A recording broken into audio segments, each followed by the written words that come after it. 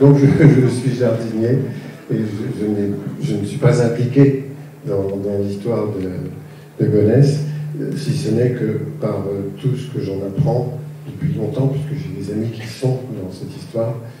Je suis évidemment très offusqué, complètement outré par ce que j'appelle une attitude politique de retardateur, c'est-à-dire de tous ces gens qui font quelque chose qu'il faudra de toute façon annuler et faire complètement différemment plus tard.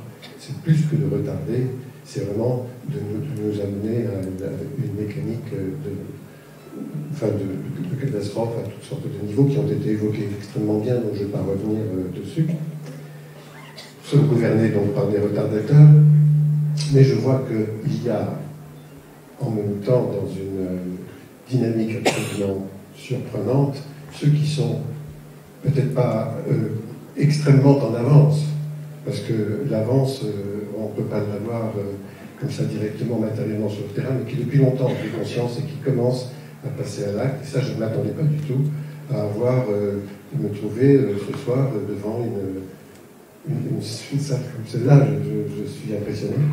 Moi, je suis enseignant, je suis jardinier, je suis paysagiste. Je suis intervenu sur le plateau de Saclay pour des raisons qui sont très proches de celles de l'histoire de Gonesse.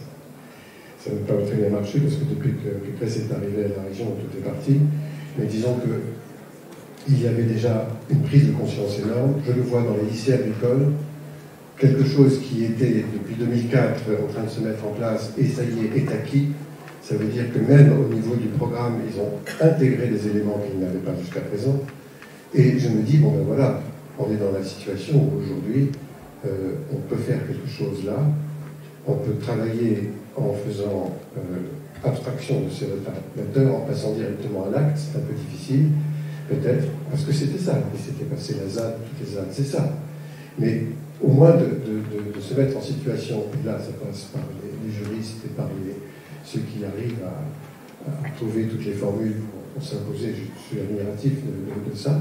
Sinon, et c'était ce qui se passait jusqu'à présent, on passait à l'acte sur des territoires minuscules.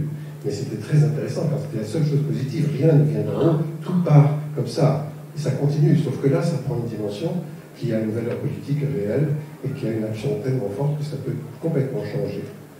Et je dis, alors, ce projet, il est contre Europa City.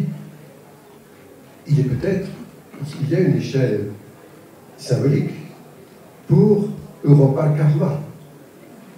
Vous voyez ce que je veux dire? C'est pas rien, le triangle de Gonesse. Et ce qui se passe là, emblématiquement, si la bataille est gagnée, beaucoup de choses vont se déclencher un peu partout en Europe et ailleurs, et ça vient d'être dit d'ailleurs. Donc, oui, il faut aller vers cette direction-là. Je pense aussi qu'on peut gagner.